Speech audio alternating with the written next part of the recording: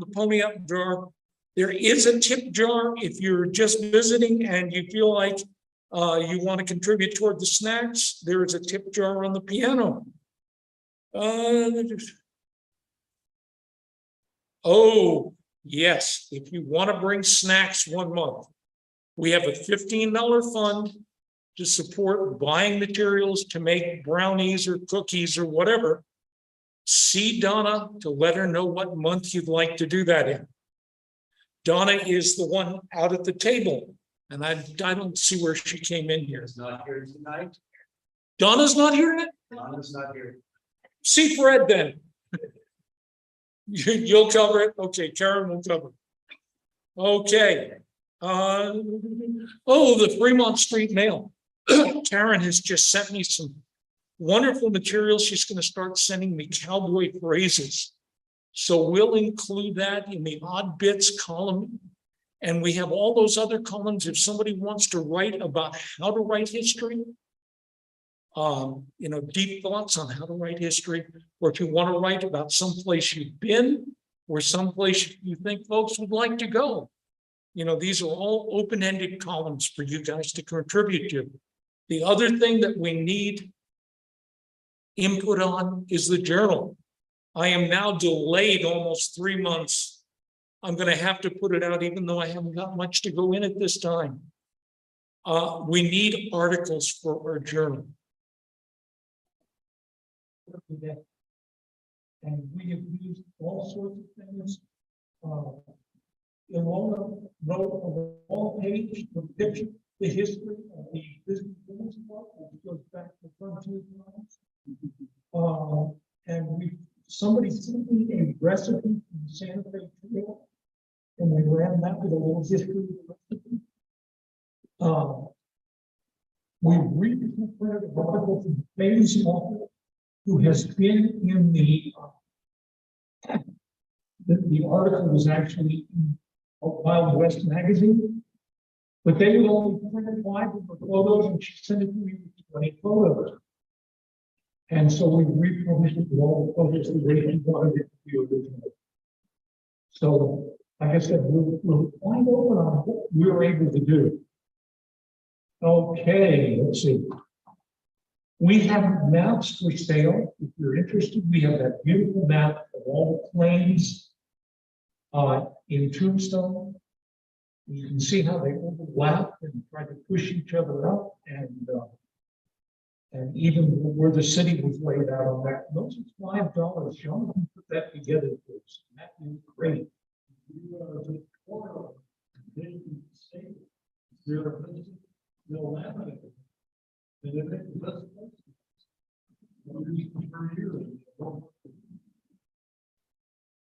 Okay, so yeah, a lot of native, it makes great placements. And anything else? Let's see, maps for sale. And of course, positions to fill are roundup woman. That's the person who schedules our speakers and wants to retire. She's done a good job. I'm able to provide a lot of names, but in the past few years, we've had at least 6 people per year within the corral who are speaking. So it's more or less easy. Justin Trails wants to turn that over to someone else and plan 4 trips for the corral during the year. Our deputy sheriff is the person responsible for recruiting people. And he wants to retire from that position. And I would like to retire with sheriff someday. We need to get somebody on the board for a while who knows how to function, who knows all the different pieces and parts we can take over. The treasurer too. You mean a keeper of the tips? That's the one. Okay. And if you know how to run quickly, that's a pretty easy job. You're responsible for keeping up our membership records and for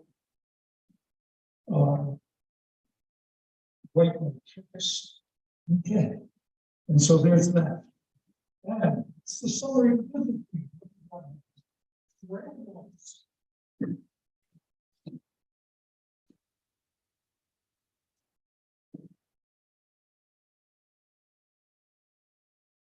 3 quick questions. Who would be interested in a November trail ride to the Howard Cochise Peace Talk site in the Dragoon Mountains? Please raise your hand. 1, 2, 3, 4, 5, 6, 7, 8, 9. Okay. How about a return visit to Mescal in December?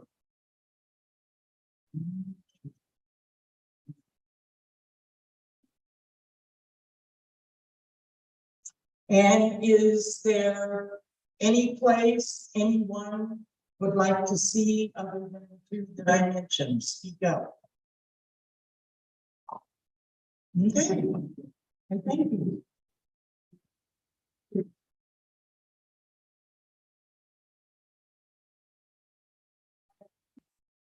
Yeah.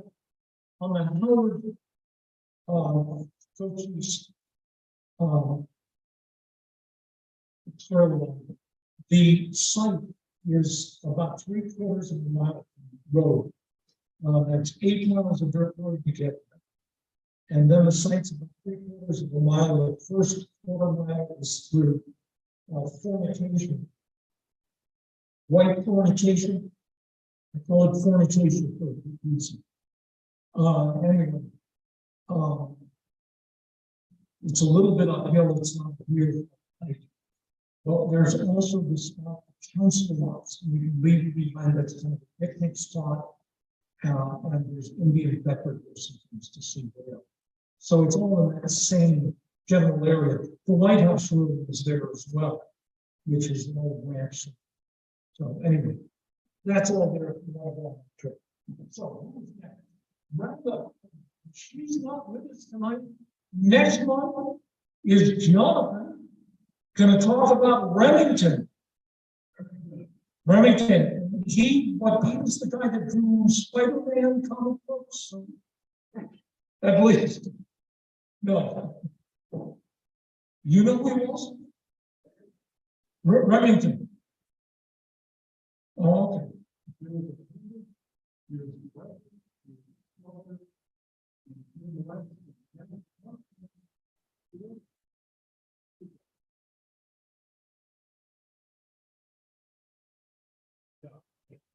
He wasn't from New Jersey.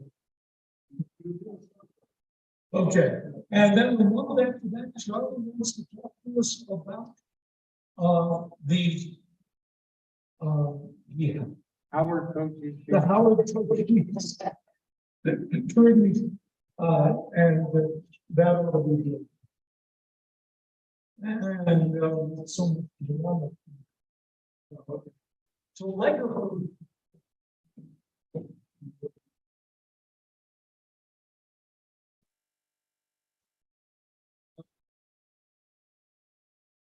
Well, now I just realized that the Howard Cochise lecture sort of dovetails with the women's trail. So wouldn't that be nice? Yeah, good.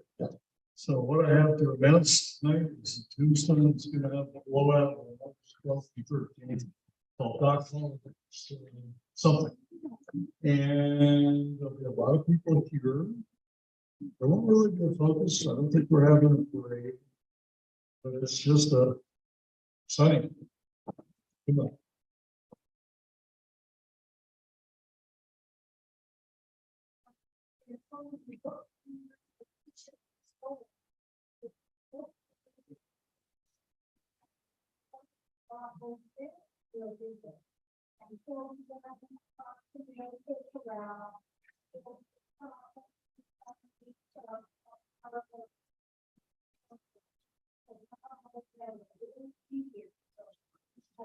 From the Food West magazine. 12th and 13th of August. Now, the fun thing is that if you have $814, you can go to Ben's favorite soul building where Jim Green, Western artist, is running the shop on this street. And you can pay Tom town purchased $814. You need the hats for the vacation. For that money, he'll show you how to make a hat, which puts me with my $10 plastic resistol in a whole other world. So anyway, that's so. And that's about it. Yep.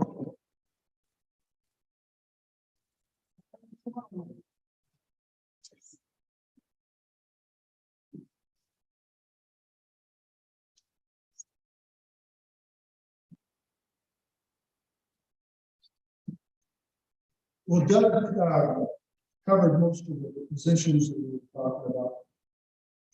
The deputy sheriff is supposed to contact everybody by telephone. That's in a perfect world. My problem is, I live in a stone cabin that has limited cell service, and every phone call I make on my landline is long distance. So I'll do the best I can on that. There's some other things besides the event that Jonathan talked about. August 13th at 5 p.m. They're going to have the trial of Billy the Kid. The Cochise County Historical Society is sponsoring that at the Farrakhan Desert Museum in Rodeo. $10 or $30 with the dinner. So I know a lot of the people that are putting that on is probably going to be a very worthwhile event. And that'll be in Rodeo, New Mexico. So make sure you get the correct time on it. Yeah. August 18th to the 21st. Would you repeat the prices? It's $10 for the event, $30 with dinner. Gotcha. And the dinner is at the museum? Okay. And one of the stars, White Star, speaks after the event tonight. What time is this? 5? Is that what it says here? And we usually start at 4. But is that in Mexico or Arizona? Arizona.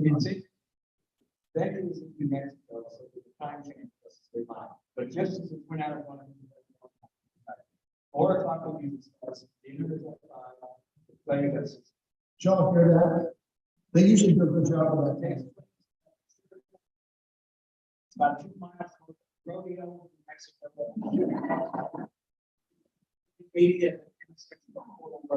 That museum in Rodeo is worthwhile seeing the one. So, August 18th to the 21st in Santa Fe, New Mexico. It's in Santa Fe Indian Market. I'm sure you can Google that to find out more about it if you're interested in going over there. This is really, if you like rodeos, September 2nd. If you like, rodeos,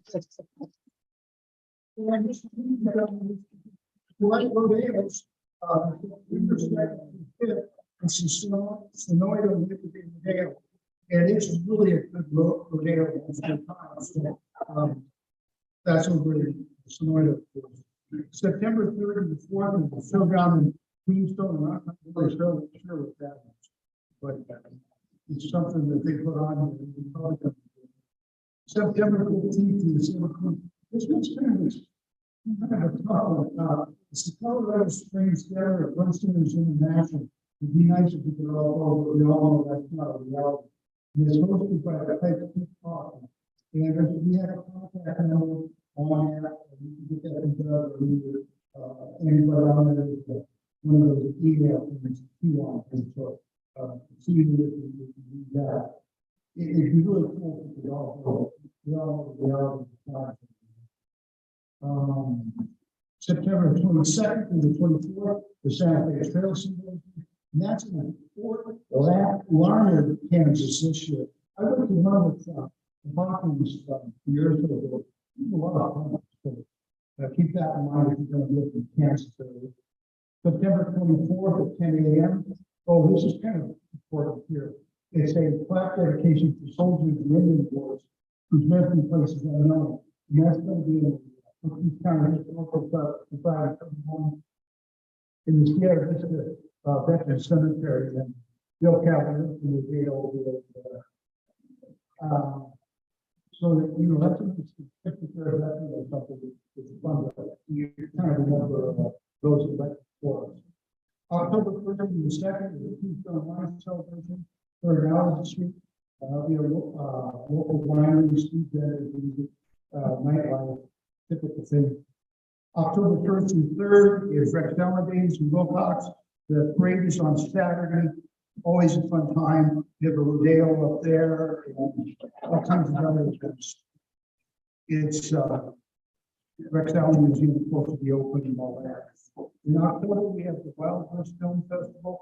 That's at the same time here in Wilcox. And when they say Wild West, that's just what they call a film festival, but they have a lot of independent filmmakers and young folks doing that. And they had a good turnout on that for the last 2 or 3 years that they've been doing it. So keep that in mind if you're going to be up there for that film. October 18th to 9th, I don't have times on it, but it's the Patagonia Arts Festival in Patagonia. October 10th, the sesquicentennial of the Cochise Howard Peace Treaty, Cochise Historical Society, East Stronghold Park in Pierce.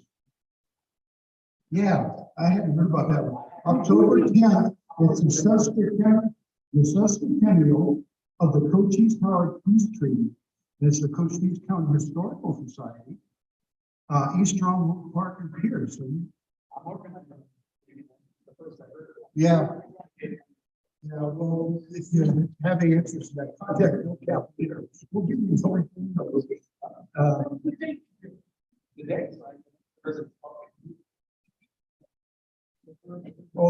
You know, if you drive around here so long enough, you'll probably find it.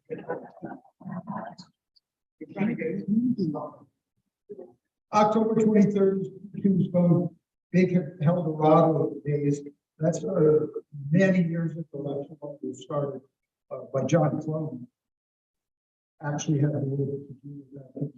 Didn't thought and Eldorado was named for Billy Breckenridge's Eldorado from the Rock and Mosquito. And just a cool practice.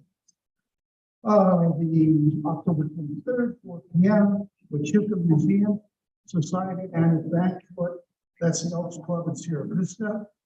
October 26th and 30th is Tombstone Territorial Rendezvous. They have that every year. Nancy Sousa will be the one to see about that. They have good speakers. Sometimes I think Bill and Doug and someone from our group are going to be there and talk. So keep that one.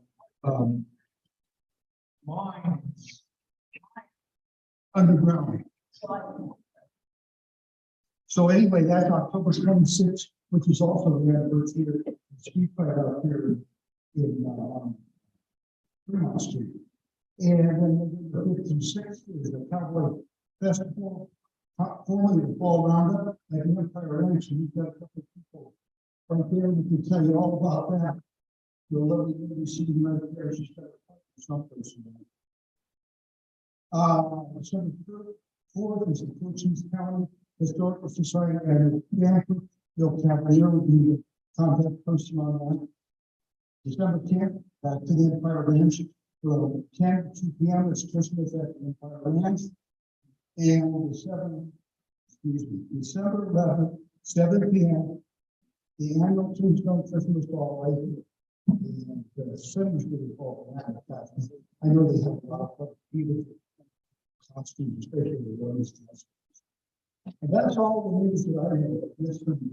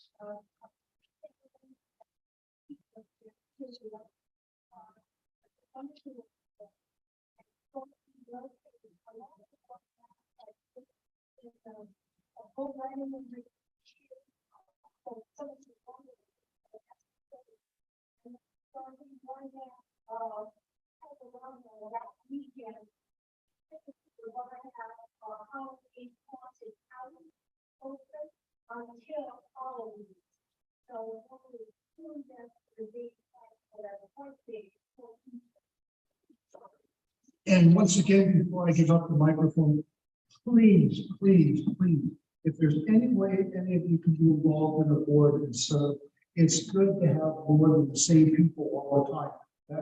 All of us are getting up in years. Now, if something happens to somebody, you've got other people that can step in and keep the organization going. It's a good organization.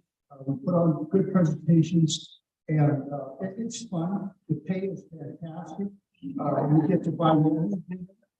And anyway, please consider and talk to any of us about the positions. And they're all open. I mean, if you want to do anything, we'll open it up. The ones that I told you, are the ones that are willing to stay on. So anyway, thank you everybody for coming.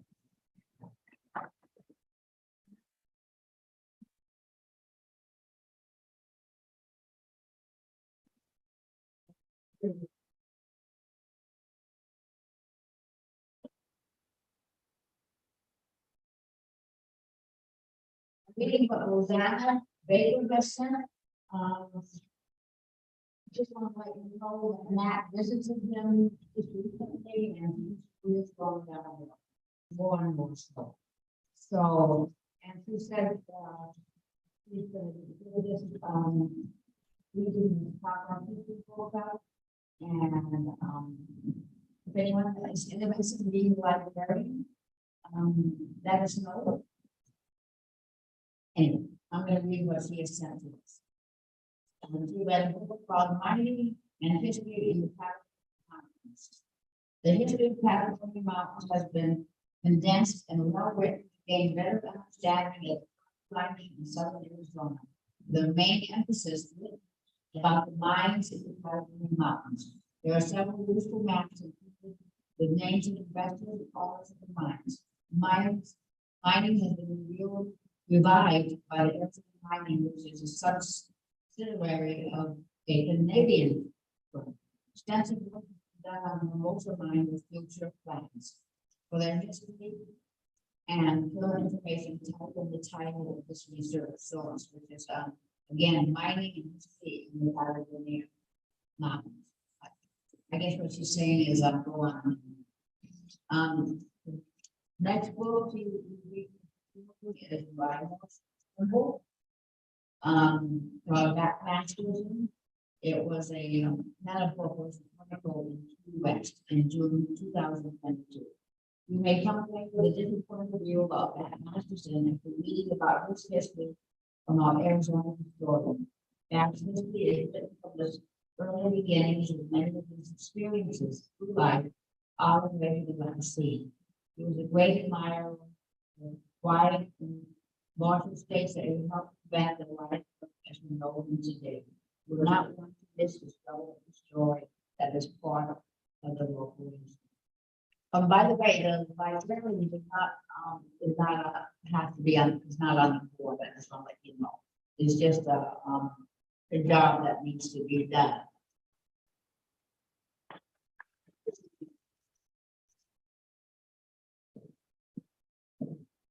I'm going to add one of the real quick. I just finished a book called Training Tom by J. Michael Furman.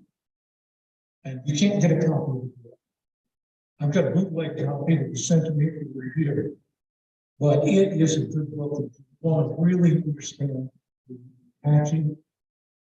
Read this book. It's historical fiction based on the Peck family massacre, Trinity being taken as a camp. So it's her story. Very, very good. And anyway, has anyone got any cowboy poetry? Oh, well, come on. Oh.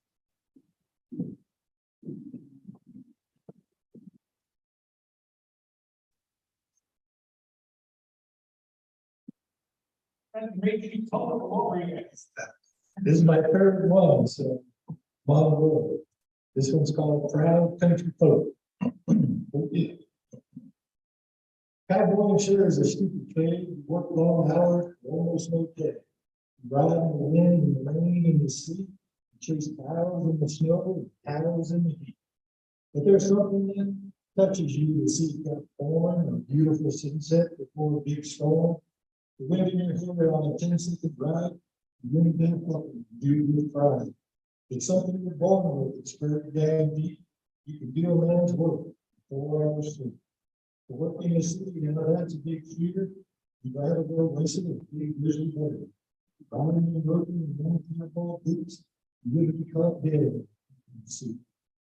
Larry Capital's life is good to move forward, up and down, and up and forward. And what we need, dogs need to be work, we're making special.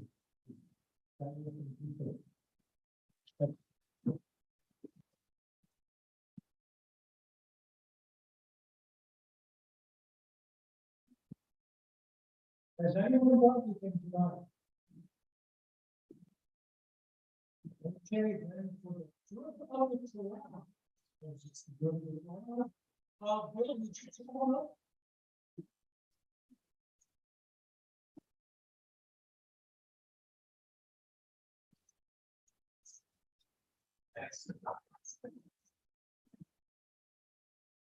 $50,000 unemployed comedians.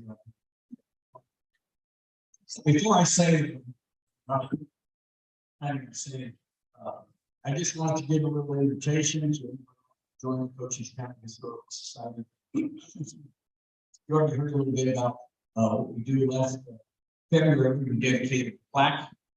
It's over at the parking lot of Chiricahua to the Battle of Chiricahua Pass, which, if you're not familiar with that, more soldiers were awarded the Medal of Honor for a one-day battle than any other battle in the history of the United States, including Vietnam, World War II, the Civil War. 33 soldiers, Army soldiers, awarded the Medal of Honor. So we have all 33 of their names on that plaque.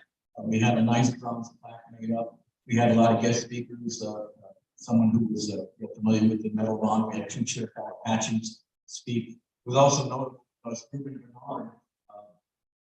In addition to leading the soldiers against Cochise in that battle, he actually complimented Cochise in his report to his superior, calling Cochise the most intelligent hostile Indian on the continent, and his warriors were recklessly brave because he was watching Cochise military tactics.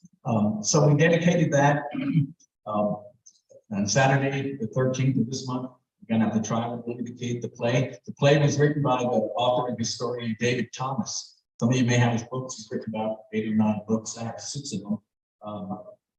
And then in September, on the 24th, we're going to be dedicating the plaque at the Sierra Vista Veterans Cemetery to the hundreds of soldiers who fought in the Apache Wars.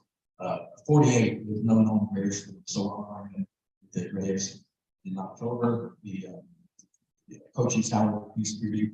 We're always doing things like that every December. We have a banquet. We have guest speakers. We had Dr. Robert Watt from Stockton, who wrote 5 books on the Apache, including the 3 volumes on Apache Chief Victoria. We do field trips. We've gone to the Faraway Ranch and Delta Canyon, places like that. We also twice a year publish journals. These aren't just little staple in the center journals. These are published by small books. You get all the nice copies. All of this $20. Whenever we have a board member retire, we always decide to get a certificate. Well, Nevada used to be our vice president. He resigned as vice president. Now, at the time he resigned, I was in the middle of putting together a annual factory in December, and I completely forgot to get him a certificate. Now, I remember that was in December. So a few weeks later, I remembered I got a certificate. So we've been inviting him to come to meetings. I call once in a while, he calls me, and I kind of sneak it in. Hey, what's the time of the meeting? So one time I said, yeah, I'll come. So I brought the certificate. It was a no-show. Last month I was here, because Nevada was here, and I brought it. And we were seeing some class reunion and North Dakota, East Dakota, I don't know, some. He didn't show up. Nevada, come on up here. This is dated January 20th. So,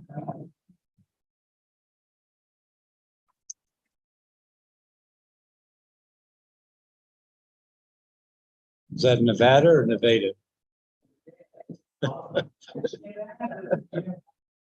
folks, let's take a 5 minute or so break. Get the ladies room of the men's room as needed. Please do not bring food or drinks in here. And with that, let's reassemble the sound of the cowbell. Bill, can I talk to you one second? This Cochise follows. Yeah. It's on Saturday. Saturday, and we're trying to get it, no, may not, that's the date treating. So I don't know what date it is, but we want to have exactly. Well, yeah, it was agreed to, you're right, at the good spring, it was agreed to on the 10th. Anyway, we're trying to get it in that campground at the East Lawn. That's what we're gonna, that's why when he mentioned. Excuse me? Yeah, I know, it was on that rock and that, but we gotta have dignitaries and we wanna have a lot of people show up, so there's a road in there, you know, the chairs and. Anyway, East Road. You have to be a member. No, it's open book. And. No. I know this is the big chiefs that are gonna try to get me on. And these are good numbers.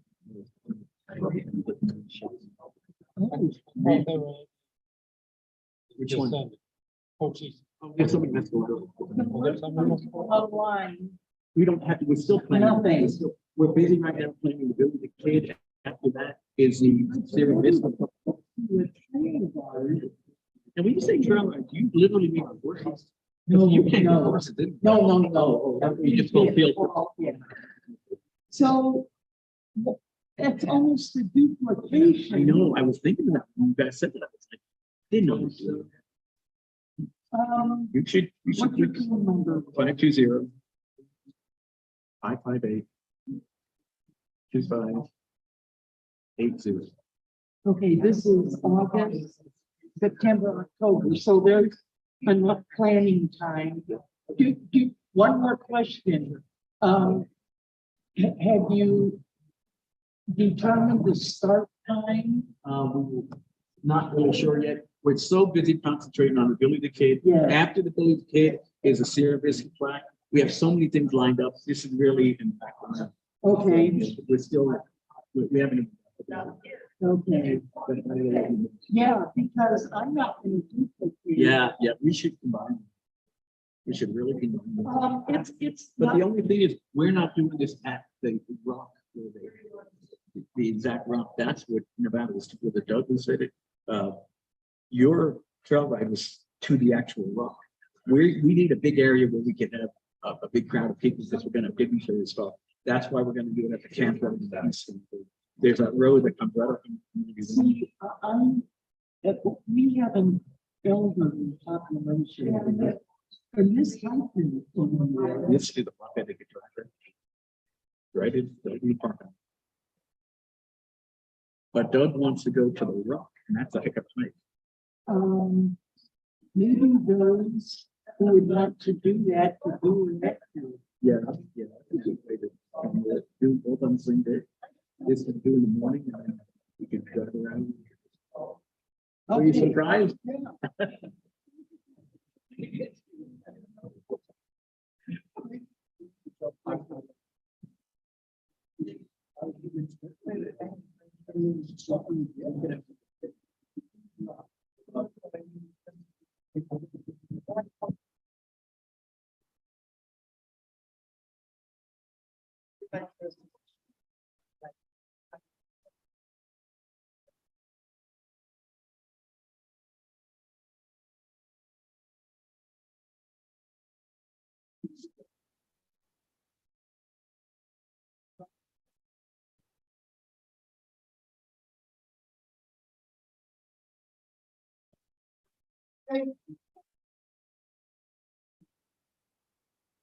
Sonny, Garrett.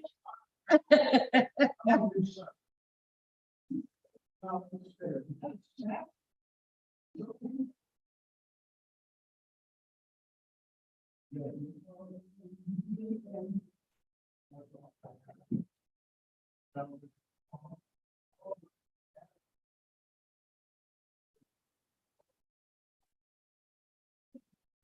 you get a lot of rain out by you?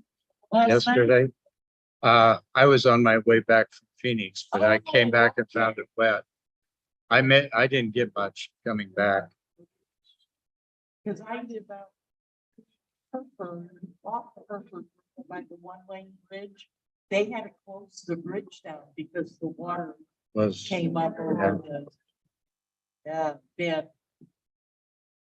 I got just a little, I came right behind it because I-10 was wet, but I didn't have the wipers on very long. Oh, that's good. I've been to Phoenix twice this week. Monday, I got back at 3:30 in the morning last night. Oh, So it's Tuesday morning at 3:30. Last night, I got back about midnight, oh, 12:30. is this the, We've been helping this gentleman and he has no family, so we've kind of been taking care of him, all Oh. these business stuff, but we met him in Bisbee, but he lives in up there, but he fell about 3 weeks ago and fractured his back, which was a whole journey through. And so this was coming home from acute care into assisted living. And he, and they're owned by the same company and they can't, it just, part of what complicates it is he gets a lot of help from VA, okay, but not all.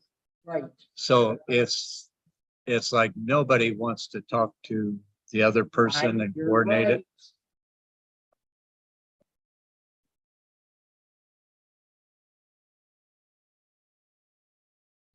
But I was glad I went up yesterday. I almost didn't, but I went up to see how he was settled in.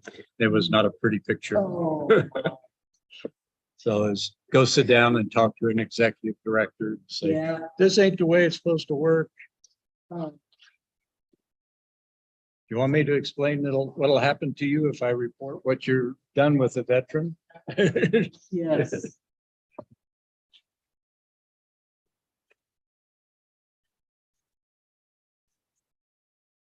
Um,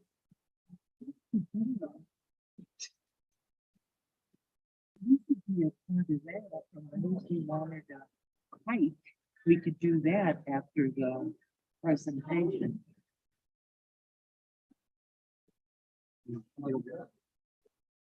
Be part of their, not part of their presentation. Attend, yes, presentation. And after that, for those who wanted to hike or drive to those three sites, the old house, council rocks, and then the actual site, we could combine them. Well, does he know? The reason is for him? How long? Well, well, no, and I mean, this is August. The thing right now, they're working is building the kid thing, okay? So as soon as that is over with, this will be the next,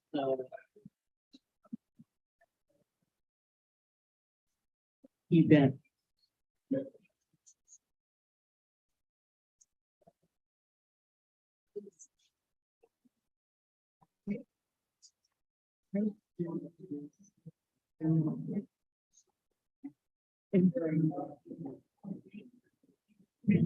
Have you- Different people.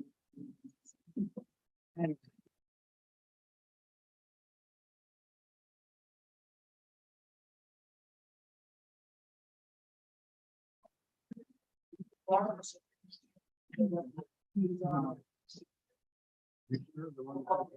Yeah.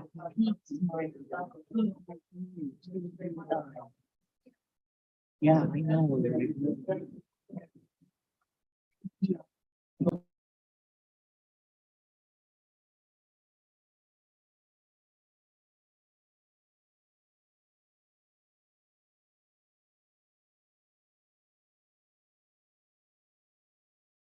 All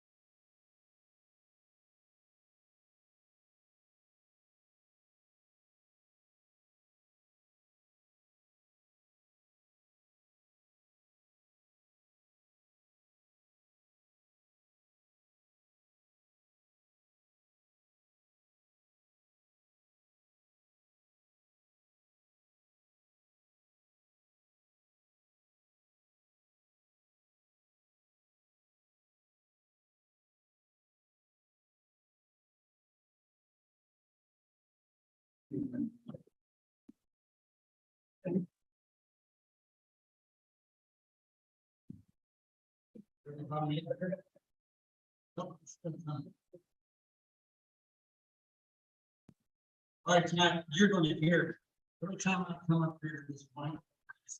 Right, so you're hearing it. And we gotta do two of them for the Empire Range. Can't hear you. You gotta hear them. Anyway, I want to introduce you. We keep this short. The Empire Ranch has been having festivals coming soon. You got- What? You there? Anyway.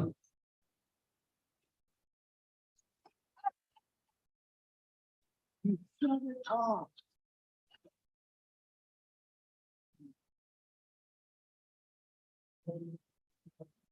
Seriously.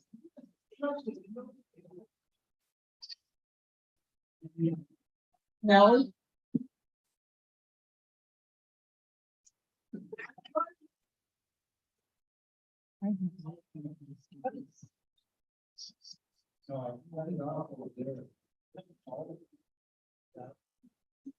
Who are listening at home. 19. There's a little rain. Anyway, I'm supposed to introduce two friends of mine, very close. One is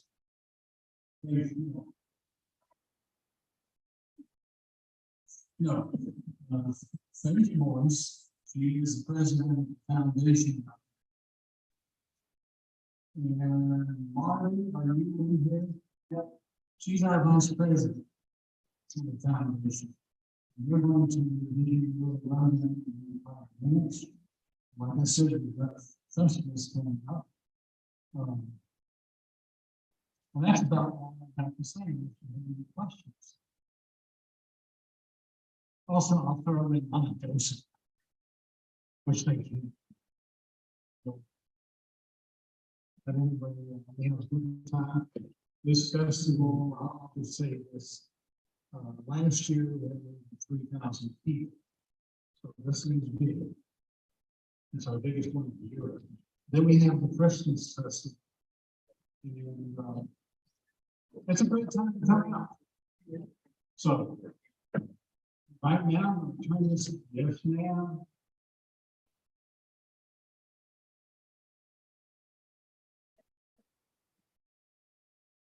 You can hear me?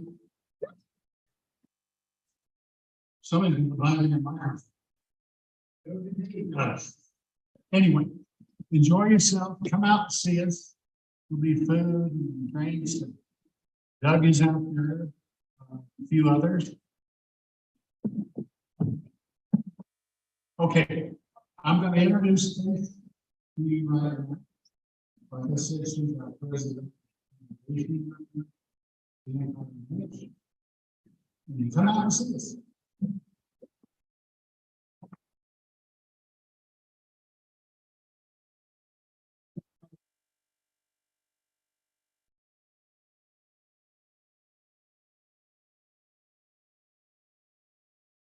All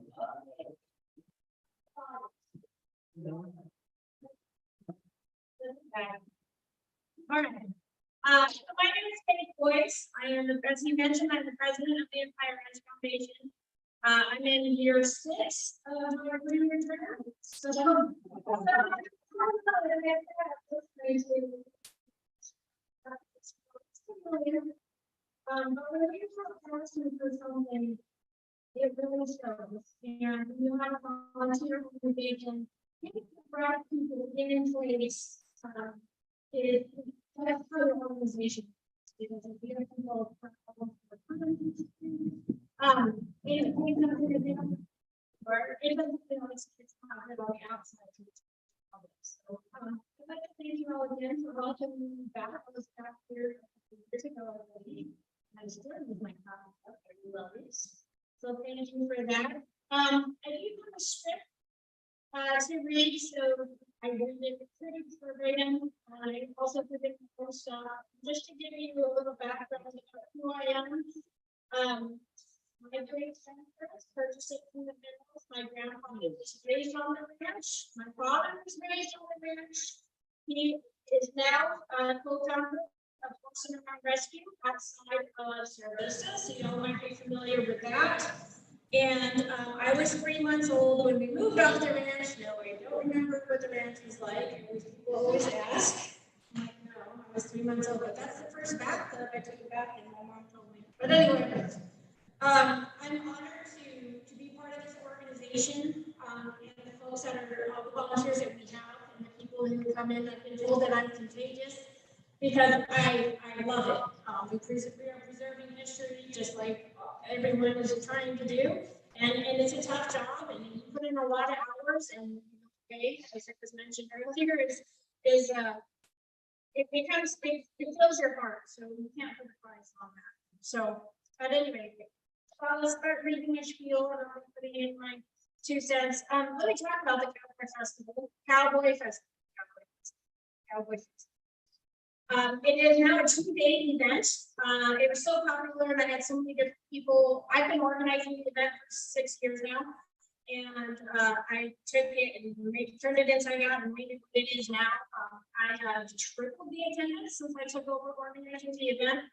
I have an incredible army of people. I actually went to delegate and folks around me all the time.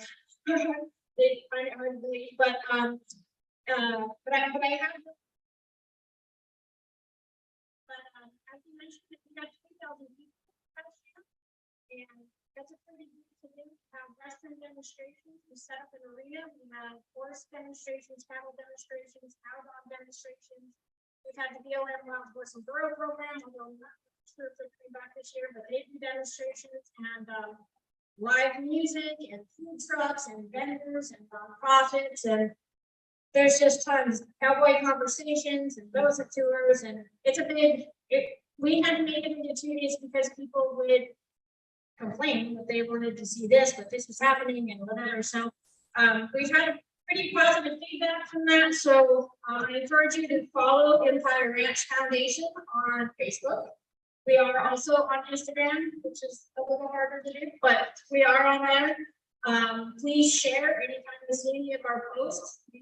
All the events that we do at the Empire Ranch, all the money that comes into the Empire Ranch, we have 0 paid positions in our organization.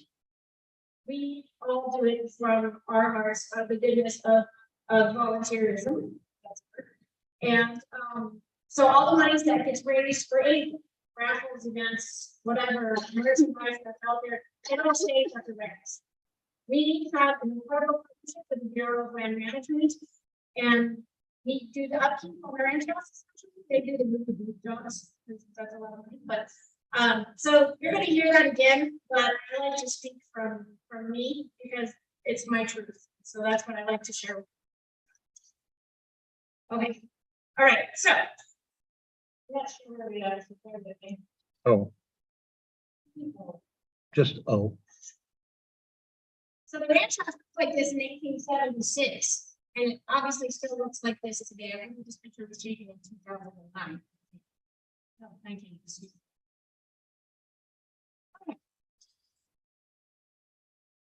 Okay, I'm delighted with this opportunity to tell a few tales about the historic Empire Ranch located in the heart of the 45,000-acre Haciendas National Conservation Area, just north of Sonora. My tales will introduce you to 4 families, 2 companies, 1 government agency, and 1 non-organization that have all played a role in the Empire Ranch's historic past and evolving future. Our first family came on the scene in November 1875. Envision 23-year-old Walter Lennox Bale, the Tucson Cosmopolitan Hotel, writing to his younger brother, Edward Ned Bale. Walter, originally from New Jersey, traveled to Tucson from California to explore the possibility of making his fortune by ranching in southern Arizona. So in his letter, he wrote, I reached this place 3 days ago, pretty well tired out. Considering the trip, I think I was in pretty good condition when I reached Tucson.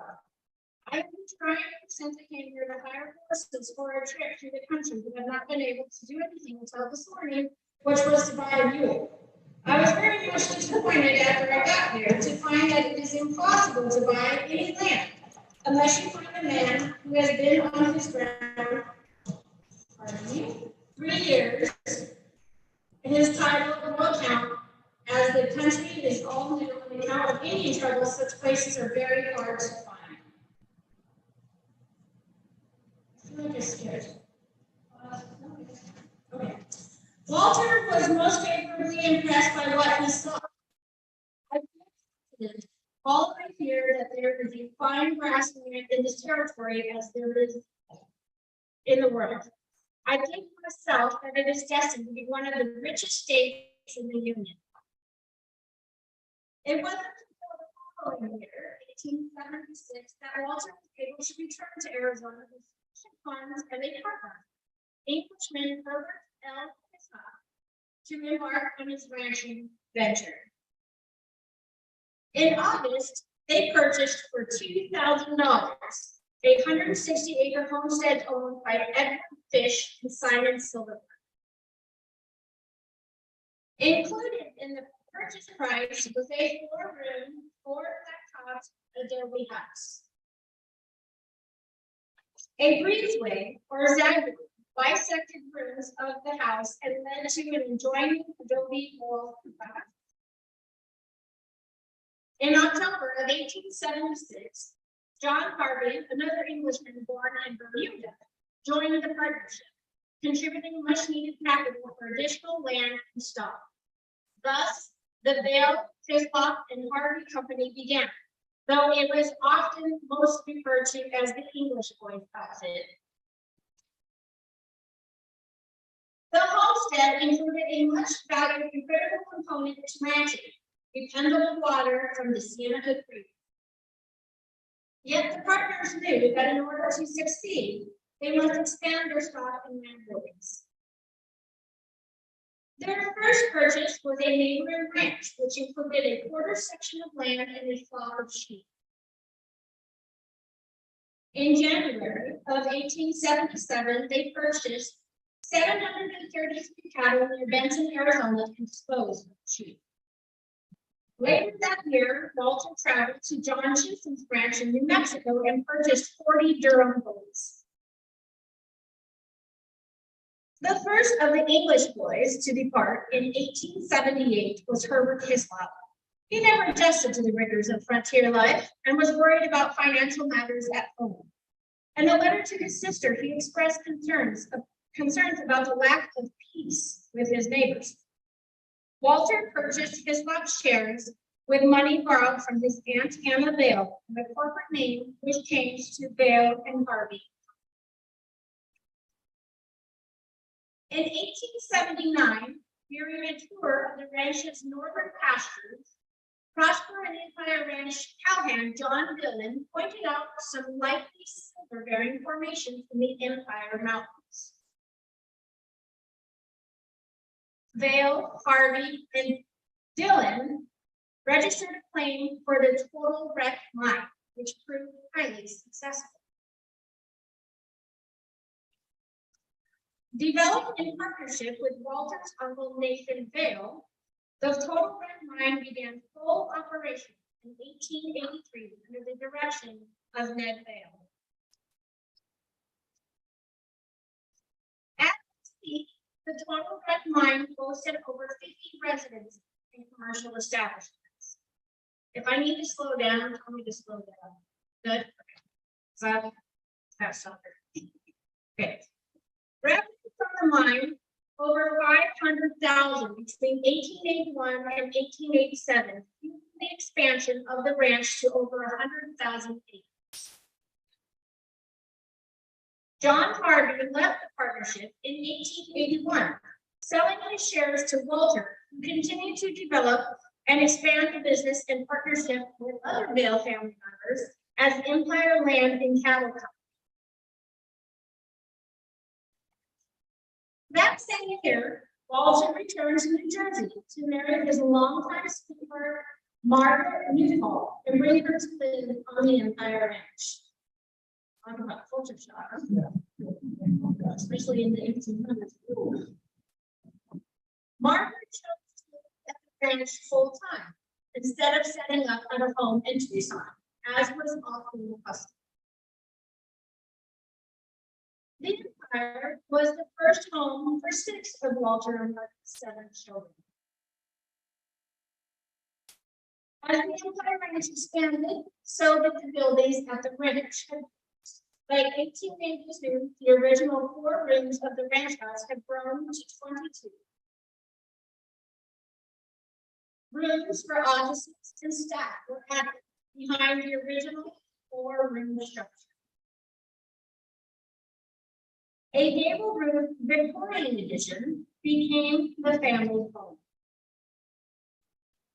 And outbuildings were constructed to support ranching operations.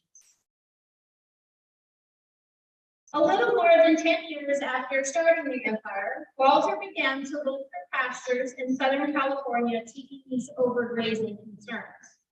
To fund the expansion, he took on a new partner, Carol W. Gates. By the early 1890s, when drought greatly affected southern Arizona, the importance of the California land holdings was clear. The Empire Ranch became a breeder operation that supplied the ranches in California. In 1896, the Vail family moved from home and business offices to Los Angeles. Management of the Empire was initially left under the direction of Herman Hayden D. McFarland.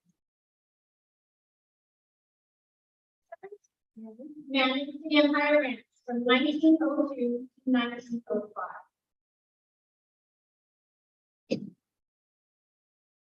Ironically, after surviving the Apache Wars and the hardships of remote ranching life in southern Arizona, Walter Vail's life was cut short when he was killed by a streetcar in Los Angeles in 1906. Can you imagine all of that? City life. Walter's 17-year-old son, William Van Vail, was sent to Arizona to learn business and eventually took over operations of the empire. Van married a native Tucsonian, Laura Carey, in 1913, and they raised 3 children on the Empire Ranch. Laura, known as Jessica. William, known as Bill. And Tom, I have to say this, no, it's Tom. They probably should have been Thomas, not as Tom. Sorry, we're on good days, right? Banning and his family lived on the ranch until 1928, when our second family, the Cochises, came on the scene. The Empire Ranch was purchased by the Chiricahua Ranches Company, successor to the well-known Chiricahua Cattle Company. The 3 Boyce brothers, Henry Gudgel, Charles Gudgel, and Frank Seymour, were respected ranchers known in their promotion of the Hereford breed of cattle in the Southwest. This is my great Frank Boyce and his wife Mary moved to the Empire Ranch in 1928, while the other brothers managed nearby operations that the family had purchased at the same time. Frank and Mary became the sole owners of the empire in 1951. Frank managed the empire for 28 years until his death in 1956. An engineer with degrees from Occidental College and MIT, he likes nothing better than building Army herring ranch equipment. He served as president of the Arizona Cattle Growers Association from 1935 to 1936 and was elected to the Cowboy Hall of Fame in 1958. Sorry. So about, goodness, maybe 4 years ago, Walter Mail was inducted into the Cowboy Hall of Fame. And so as president of the board, we were invited to go talk about a to-do. That is a to-do. I had never been to a real black tie event. It was all that. It was so fun. I had a great time.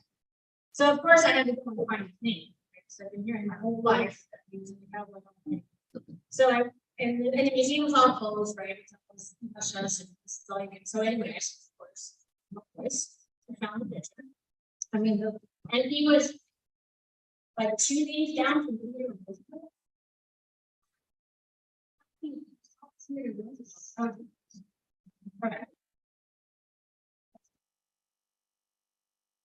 Their employees participated in all facets of ranch life, including roundups, sorting, and shipping.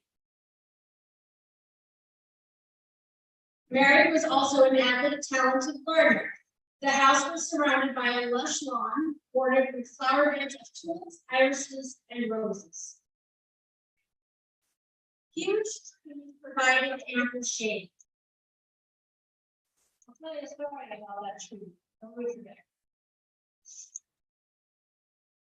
During the forest period, rooms in the Victorian portion of the house were remodeled. Propane and eventually natural gas was piped into the house. A large electric walk-in refrigeration unit was installed. Plumbing was upgraded and cement stucco was applied to the exterior household. A swimming pool was installed south of the house and became the focal point for family gatherings and parties. I still have to do comments on the used to come to the swimming pool. During these years, the Voices hosted numerous film stars, including John Wayne, as Hollywood romanticized the Western films, such as Red River. Frank and Mary had 2 sons. Frank, known as Poncho, and Robert Grantham, known as Bob. As Poncho and Bob became adults and helped to manage the ranch, additional accommodations were required. A surplus house from the Army base at Fort Cochise was purchased and installed west of the main house. Bob and his wife Marion lived there and called it Bob's Casita. 2 of Bob and Marion's 4 children were born during the time they lived on the Empire. In 1956, the family relocated to manage the /S Ranch in Globe, Arizona. Poncho and his wife Sharon initially made their home in a small house located northwest of the ranch house. In the early 1950s, they moved to a newly constructed house on the hill north of the original ranch house. I'll talk about that too. Poncho and Sherry raised 4 children: Steve, Kitty, Sherry, and Carol on the Empire. That's in 1969, the Voices sold the Empire Ranch to Gulf American Corporation, which planned a large residential community development on the Empire. Gulf American contracted the Voice family to continue managing the Empire under lease arrangements. We were to have under the lease. And then Poncho's son Steve took over sole responsibility for ranching on the Empire after Poncho's untimely death in 1973. I always wonder what it been like if you hadn't gotten killed, to tell you. Different, I can tell you that too. Thankfully, Gulf America's development plans were not realized, and in 1975, they sold the empire to Animex Mining Company. Animex discontinued the Voices grazing lease on the empire. Enter our third family, the Donaldsons. Animex leased the Empire Ranch to rancher John Donaldson. John's son Mac and his wife Billy moved to the Empire to partner with John. Both Donaldson families, including Mac and Billy's children, Alexis and Renee, lived on the Empire until 1988. In 1988, the U.S. Bureau of Land Management acquired the Empire Ranch headquarters and surrounding 42,000 acres through a series of land swaps, creating the then named Empire Sienna Resource Conservation Area. Legislation signed in December 2000 redesignated the land as the Los Angeles National Conservation Area, assuring the preservation. John and Mac Donaldson and Mac's son Sam continued their grazing lease with the PLN until 2009, when our fourth family, the Tomlinsons, assumed the lease. The Tomlinson family owns the Bureau Ranch Incorporated, which borders the Empire Ranch on the west and was established in 1968 by Bert and Betty Ann Beck. Ranching operations are managed by Ian Tomlinson, a grandson of the Becks. He and his wife Kristen and daughters Mary and Addison. The historic ranch buildings, since 1988, had deteriorated and required help to save them.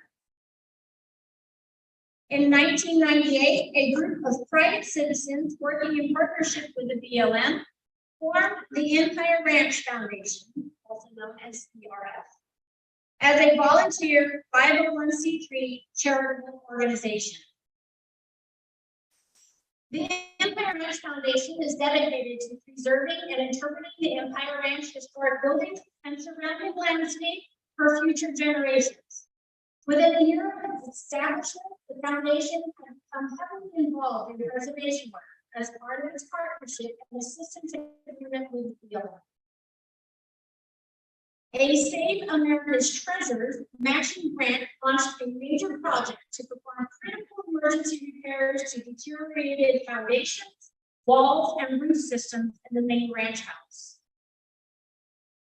The federal grant funds were fully matched with private funding raised by the Empire Ranch Foundation, and the BLM provided $100,000 in additional funding. Next, emergency repairs to important outbuildings were undertaken. Work in the stone corral included anchoring the roof, installing new support posts, and repointing deteriorated mortar. The historic Adobe barn repairs straightened and sealed huge cracks in two leaning walls and a gable, restored eroded foundations, repaired a fallen corner, and tied down the roof. At the ranch hand's house, deteriorated east wall foundations and brick buttresses were corrected and foundations for strength. The south barn was replumbed and rebraced to correct leaning, and missing metal roofing was replaced. In 2007, attention returned to the ranch house where the foundations of the west wall of the master bedroom and back of the Victorian addition were repaired, and the lintel and gable were reinforced and anchored. Subsequently, both carpet, asbestos tile, and linoleum in the living, dining room, and kitchen were removed. The lintel at the south end of the side wall was reinforced by the installation of a steel beam in 2010. Between 2010 and 2013, the Chica House was rehabilitated to serve as a local visitors contact station, housing a gift shop and providing space for the Empire Ranch. In 2015, a project was cosmetically stabilize the Golden Gate Barn was completed. The sliding door on the south side of the gate barn was rehung in 2017. In 2017, the Empire Ranch House Stabilization Project began to reinforce the foundations in several areas, secure the tops of the walls for structural strength, repair interior and exterior wall surfaces, replace the roof on the Victorian addition, and rehabilitate the children's addition to make it safe for visitors. The project was completed in summer 2018. A corps of dedicated volunteers with training and supervision from BLM staff has devoted thousands of hours to smaller preservation projects.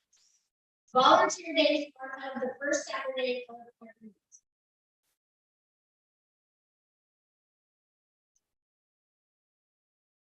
BLM and the foundation work together for cultural resources, preservation, and adaptive reuse and interpretation.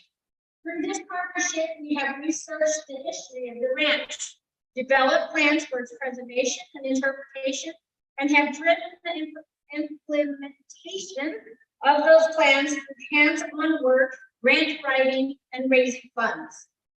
All told, the foundation has contributed over $500,000. And the BLM's deferred maintenance program has contributed nearly $2.5 million to preservation work to restore the ranch house and the other seven buildings at the headquarters. The Empress Foundation's education program was launched in 2004, when 45 students and 4 teachers from the Tucson Middle School traveled to the ranch for an intensive day of learning. Since that time, the annual education day has hosted hundreds of middle school students. The students have learned about ranching heritage through demonstrations from BLM staff and local ranchers and cabins. While about the grasslands, the Empire Ranch Foundation's highly effective ecology and ranching heritage youth education and outreach program was offered from 2007 to 2014, with funding provided by for its hand-owned lands. In order to achieve our preservation and education mission, it is essential to build public awareness and a strong membership. With the assistance of Empire Ranch Foundation volunteers and BLM staff, the foundation sponsors events to raise public awareness, funds, and grants.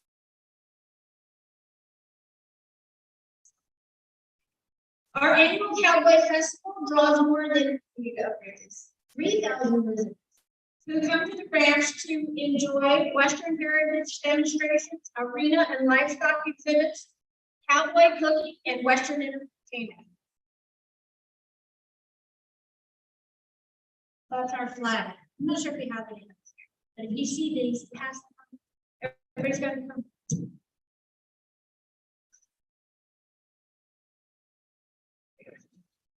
On the first Saturday in April, we have our annual spring trail ride. You can rent a horse or bring your own, or take a wagon ride. It's a great way to experience the beauty of the Empire Ranch and Los Angeles National Conservation Area.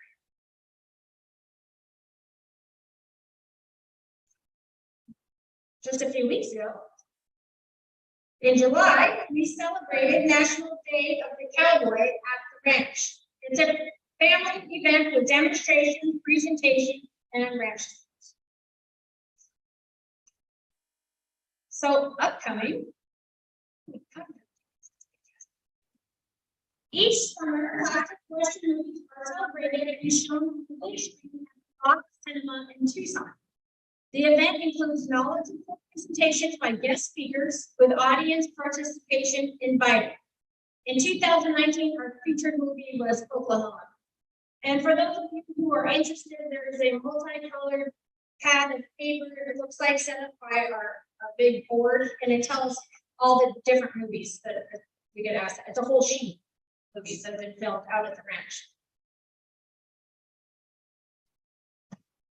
Right. On the second Saturday in December, we decorate the Empire Ranch House Christmas and have a fun celebration to start off the holidays. We had music, vendors, cookies, make-and-take decorations, and best of all, Santa. He's an Empire Ranch made Santa. An active history, archives, and publications program is documenting and sharing Empire Ranch history through interpretive exhibits in the ranch house and information on the Empire Ranch Foundation website. Trail nurses provide walking tours of the historic Empire Ranch House on the second and fourth Saturday of each month at 11 a.m. You can make reservations online. You must make reservations online. Don't just show. Okay. Print and online publications, oral histories, and the preservation of Empire Ranch historical materials also help to tell the story. Membership in the Empire Ranch Foundation provides vital support for the continued historic preservation of the Empire Ranch. Annual memberships begin at $50 and keeps you informed through quarterly newsletters and invitations to member-only events. For more information, please visit our website or give us a call. Thank you so much for this opportunity to tell you more about the Empire Ranch Foundation.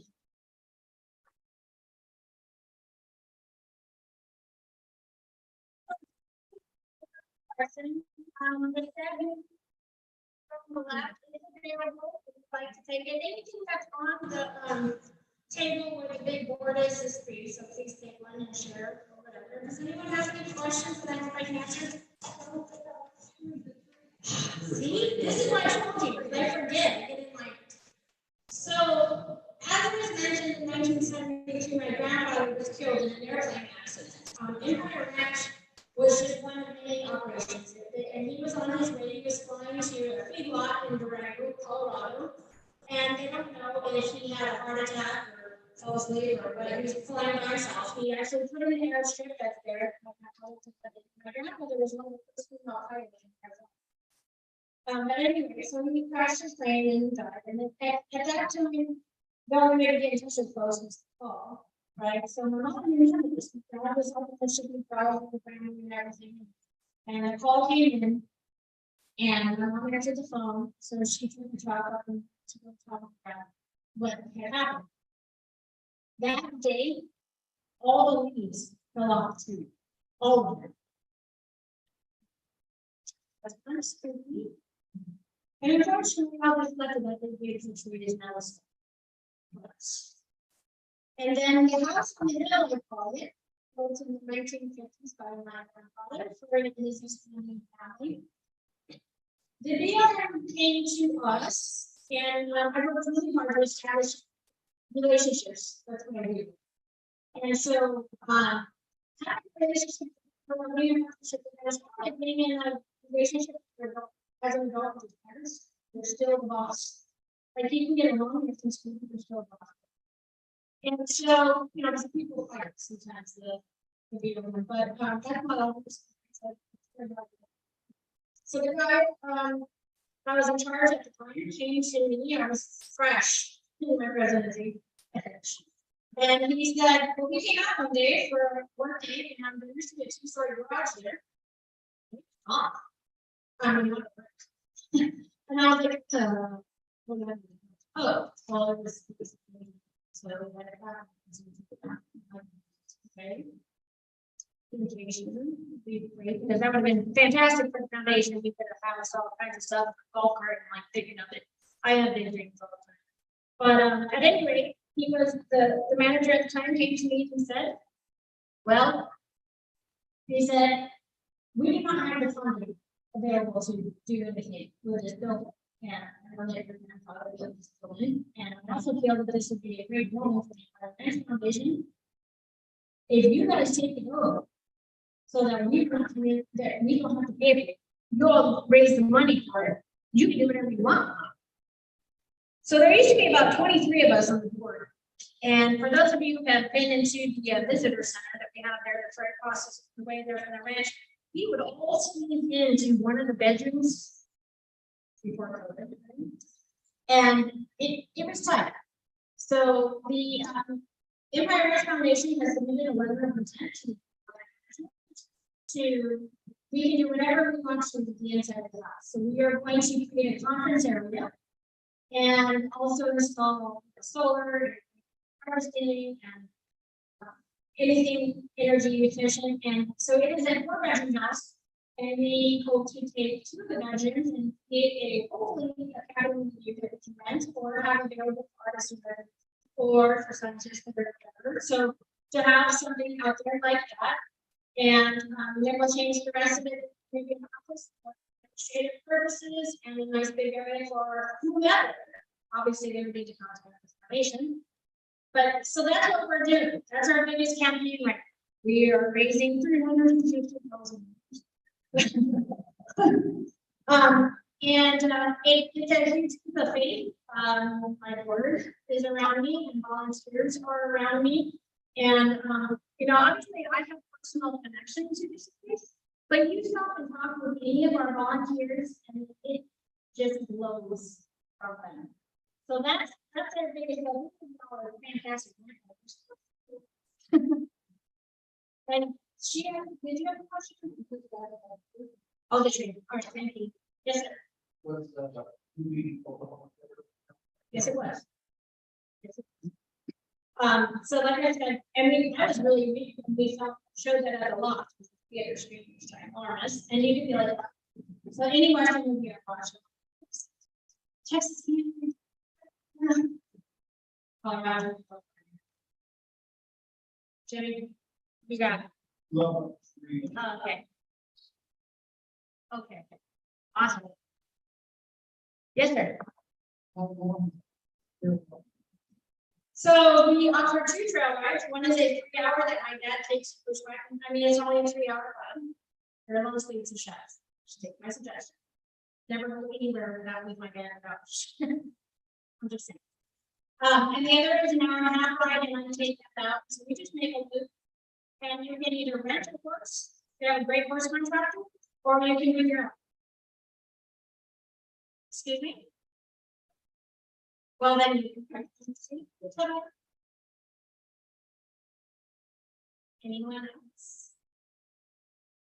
I really appreciate you all on this. I love coming down here. I love being in this building. It's amazing. Thank you so much for your help.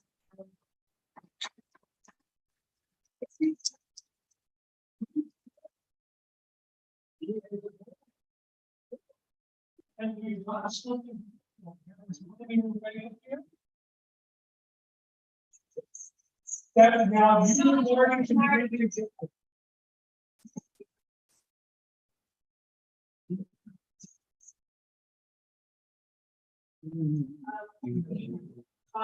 $46. So after that, we'll go back to you and your back will go to our organization. Okay, okay. The last 4 are 0911s. Did everybody get to take it off? Nobody's looking. Maybe it's mine. Oh. Son of a. We have a winner. Okay. Thank you. Great nails. Oh, thank you. Okay, folks, if you would be so kind as to rise and we'll bid adios to Joe. Adios, old Joe. You all.